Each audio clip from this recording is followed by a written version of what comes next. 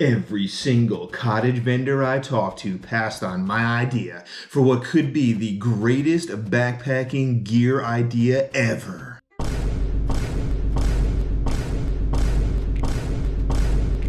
Clearly that's not true, otherwise I wouldn't have made a video on it. Or would I? Well, welcome to another edition of Off Grid, everybody. My name is Dave, and this channel is all about backpacking, hiking, camping, and gear. And I'm gonna lay out what I believe is one of my greatest ideas ever for a backpacking piece of gear. And there's a lot of different reasons as to why I decided to ultimately make this video. I decided to try to do a lot of pre-leg work in getting this idea over the finish line, and it ultimately didn't end up happening. So I decided, well, I'm just gonna make a video on it anyway. And the reason for that is because I want this idea to be out there, and I want it to be heard, and I want it to be picked up by somebody somewhere along the line. So full disclosure, before I even dive in, I'm going to throw a lot of promotion dollars at this video. I want this to jump up in, I don't know, the YouTube algorithm, I guess is what they call it. Basically, I just want to get a ton of eyes on this thing, so I am going to drop some money on this one, full disclosure, because I do think this idea needs to be out there, and we need to get some brains around this. We need to get the community in on this to make this idea a reality, because it is beyond my own, I guess you could say, interest and probably intelligence level to get it across the finish line. Anyway, let's just dive right into it and let you guys know what exactly is the idea, because you kind of need that as a basis to go off of, right? Well, it's basically for a new backpacking chair idea that I have, and basically what it is taking the concept of the base of the chair doubling as the frame for your pack. And you have to think about your backpacking chair basically doubling as your, your weight bearing capacity in your pack, and it would act more as an external frame rather than an internal frame. And I'm going to throw up a bunch of different pictures and infographics to try and explain what I'm talking about here. I think the overall concept is pretty easy to digest and grasp, but there is one particular piece in general that I definitely would need some help on to get it across the finish line. So the chair, the overall design of the chair, let's go over that right now. And you got to think of, I think it most closely resembles the new Trek chair that's kind of been going around, but I'm kind of using their idea where they ended up using your trekking poles for the back legs or the back support for the backing of the chair. The rest of it you can kind of just like throw away. I just kind of like that idea of like repurposing, and I like multi-use pieces of gear, so repurposing gear that you already have to do something else rather than just one or a couple of different functions. So you're going to grab those trekking poles from there. The next thing you're going to do is a traditional chair has those back poles, and then they got the two front poles where your legs are, right? So the two leg poles in the front, you got to think of as more of the traditional either DAC style or a really lightweight aluminum type of pole. And I was also thinking too that you could use those potentially as a spreader bar for, a duplex style tent, something like that. That style of tent has an additional pole to get a little bit of height off of like your foot and head end, so you could potentially double that up for a specific style of tent too, if this were to go into also supporting tents somewhere down the line in the future.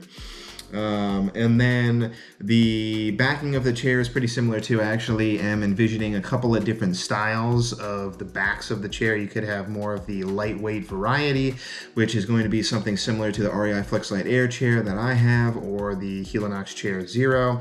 Lower profile, you still have the back support, but it only usually comes up to about your mid back. Or you could, and this could be more modular, you could order a separate back or one over the other or both and take a higher chair back, and you have that option because if your back poles are the trekking poles, you can just jack that up higher and use it for that, Trek chair style of backing where it goes up a little bit higher, comes closer to your neck or your head, so you actually have a headrest when you're out there. all that is, out of the way now for the overall design. The big reveal here and the big innovation that I was thinking of would be in the overall base or the feet of the chair. So if you hear me throughout the rest of the video talking about the base or the feet, it's basically the bottom platform underneath the chair to support everything else. That's where the junction pieces go for the poles, for the trekking poles, and for the front like DAC/aluminum style poles.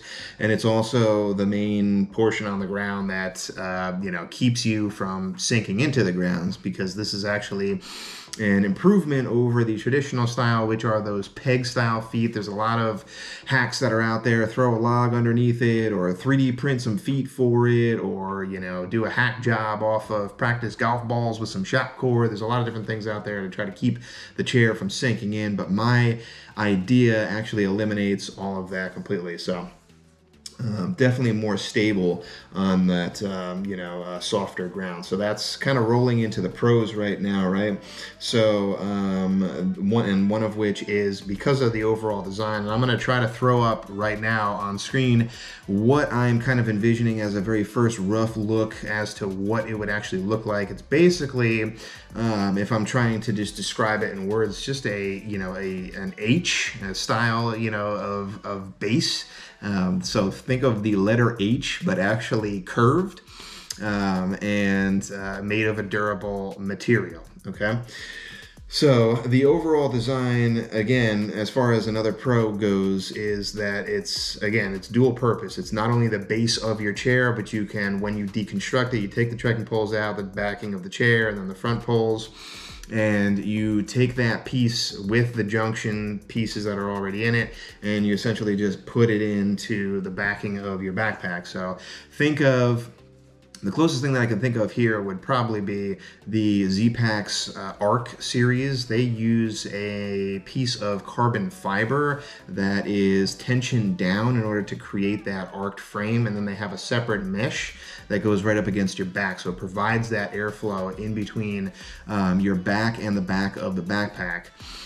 So my idea is basically eliminating those carbon fiber stays where you have to tension them down, and you're putting that piece of the base of the chair in where those carbon fiber stays would go. And so that basically essentially accomplishes the same thing, creates that arc, it creates that airflow in the back, and then you'd still need probably that netting that goes up against your back. So another pro would be that, and kind of following up on what I just mentioned too, so for the overall shape and the design of the base, so think of that curved H again. It is going to be more stable on uneven ground, and is also going to be more secure on softer ground as well. So again, think about those peg feet just kind of sinking into sand or loose dirt kind of ground. Because of the shape of this curved H design for this base plate, it doesn't sink into the ground quite as easily. So you have to think of the Helinox ground cloth that you can also buy as kind of like a workaround for it to not sink into the ground. Something similar to that, right? You're providing a flatter and wider base plate so that the feet don't just drive like straight into the ground, directly into the ground. The next pro that I have here to round this category out would be that the chair would be optional as well, and would go along and hand in hand with a frameless pack. So you have to think about it where you're going to end up buying a backpack from the manufacturer, the cottage vendor, and you have the option of either going out and being as ultralight as you can if you don't want to take the chair with you, or if you want to take the chair, you can bring it. So don't think of it from a perspective of, I have to bring the chair with me, or at least the frame, in order to make the backpack work, because that's not the case with this here. So essentially, in going back to the overall design and how to make that work, I'm literally just talking about 4 different patches on the back panel of the backpack where this external frame would slide in.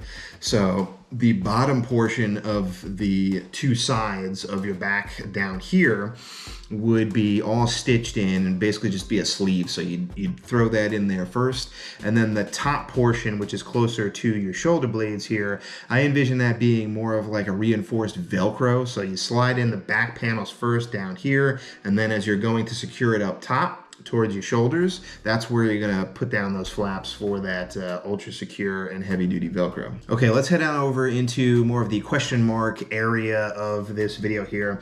And I talked to a few different vendors, the first of which that I had heard, I'm not gonna single out anybody in particular here, but probably one of the most useful pieces of feedback that I got on this was that in order for the base plate to work for this chair slash backpack frame, that it would also have to be mold injected. So originally I was thinking to just make the base plate out of some sort of 3D printed material just to see if the proof of concept would actually work before looking into other types of materials. And with that, one helpful piece of feedback that I got back was that it probably would have to be some sort of mold injected 3D model, because if it's just the 3D printed material, that sort of plasticky feel, that it probably wouldn't hold up that well. So, you know, I'm basically envisioning, you know, some sort of metal injected into the outer portion of that H in order to fortify it and make it a little bit more sturdy. The second question mark that I have here is the overall weight, right? So since I didn't create the base plate, I don't really have anything else to go off of, and it's all just guesswork to think of what that base plate would actually weigh. But I kind of have a general idea of what the other pieces would weigh. So it really depends on how sturdy of a trekking pole you would need as well for the backing of the trekking pole. But I'm actually not going to include the trekking poles as part of it, because a lot of people don't include it when you're talking about a non-freestanding tent anyway. It all goes into the overall weight that you have to carry anyway, but I'm not going to include that into the overall weight of the chair. But you got your trekking poles. Could be anywhere from like 9.5 ounces up to 20 plus ounces for the trekking pole. And then you've got the two front legs, right, where your legs kind of overlap and go over your chair.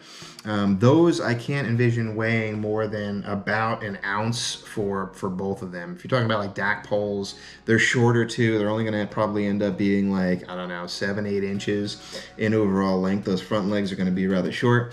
So I can't envision for the set for both of them being much more than about an ounce on those. The third piece here is the overall backing of the chair. And again, if you're talking about the RI Flexlite Air chair or the Helinox Chair Zero, you're looking at somewhere around, I have it budgeted somewhere, and I haven't done, I should have waited, but I haven't done the exact research on it. I'm gonna guess that for that lower style profile of that backing of the chair, that it's gonna be somewhere around the 3 ounce range. And that basically just leaves the base plate. So if you're not counting the trekking poles, you got about 3 ounces for the backing of the chair, about an ounce, let's say 2 ounces conservatively for those front two legs. And you're at around 4 to 5 ounces for those two pieces. That basically leaves the rest of the weight of the chair for that base plate, right? So I'm envisioning, and it's a total guess because I really don't know how much 3D printed material would weigh, especially if you need to mold inject it with some sort of metal. But if you can get that somewhere around 12 ounces, then you're still very competitive in the ultralight chair weight department of right around that 1 pound, right? So if you're excluding the weight of the poles that you're going to use on trail and potentially for your tent as well, then you have somewhere around that 12 ounce range. Now I have my original backpack, which weighs somewhere around 4.5 ounces. The very first backpack dedicated for backpacking that I got has a back panel in it and a frame to it that is right around that weight, and it is pretty massive. The thing is like super tall, very wide, and is made out of a heavy duty like plastic material with just a bunch of holes kind of drilled into it. But that weighs right around 12 ounces, and I'm thinking, you know, you could probably do something similar for that base weight for the chair as far as like the overall weight goes. But this is the best idea that I could come up with for a backpacking gear idea, so I figured I'd just make a video on this. So again, just to round this out, and for full disclosure, I am going to pump a lot of promotional dollars towards this video because I still am a lower end channel where I don't get a lot of views generally on my videos, so I really want to pump this one up. So if you see a ton of views on this one with not that many comments, you're going to know why for this one. But really, I want to get this idea going, and I also want to hear your feedback. Anybody who's watching this, is this a great idea? Would you be interested in this idea? And if you are interested in this idea, I think what I'm going to do as well is start some sort of poll or some sort of survey in the description box down below that you guys can take. I really want to be able to track a metric as to the overall interest in making this idea a reality, because I think it's something that could be really cool. I think more and more backpackers are taking a seat and taking a chair out in the backcountry, and it's still kind of looked at as additional weight, as sort of like an anchor, right? So why not make that chair be a multi-use piece of gear and act as something different, right? Act as something that could be getting the weight off of your shoulders, being able to load balance, using those load lifters, and also creating some airflow in your back so you don't always have to think about like either, you know, a sweaty back or, you know, do I go with a frame or do I not go with a frame? And if I go with a frame, do I bring a chair? It just seems like the weight keeps adding up. So that's why I thought of this idea. And I definitely think it could be a reality. And not only that, but I think it could also be something that could be competitive on pricing. I do think that it would sell out like gangbusters. I think it would sell out in a hot second, especially if you can get really close to that 1 pound weight penalty, which is one of the lightest chairs that you can get nowadays. But that's it. That is the long spiel. This one went a little bit longer, so I apologize. Just had to get all that out. Again, let me know your thoughts in the comments down below. Check out that survey or poll or whatever I'm going to post in the description. Give that a thumbs up. Yeah, I'm interested in this, or not. If you're not interested, if you think it's a dumb idea, let me know as well. I'm really just looking for all sorts of feedback down below. If you like this idea as well, do me a favor, share it out to everybody that you can, not only like friends and family, but hit up, you know, everybody that I had just mentioned as well. Hit up these cottage vendors and go, hey, did you see this video? Or, hey, I'm interested in making this idea a reality. That would really help out, you know, usually I'd say that help out my channel and boost my views, but it's not really about me anymore. I really want this to be about getting this idea made into, you know, an actual real thing that we could use, because I think every backpacker would benefit from this idea. So it's not even really about taking the credit anymore. I just want this to be a reality. But that's it for this one, guys. I really appreciate you. Thanks so much for watching. If you like this style of video, I got a couple other ideas that I've already recorded or I'm going to record in the future. So click that thumbs up, click that subscribe button if you aren't already subscribed. And remember, if you're headed off grid, make sure you do your research and you make it a safe one. I'll see you guys on the next one.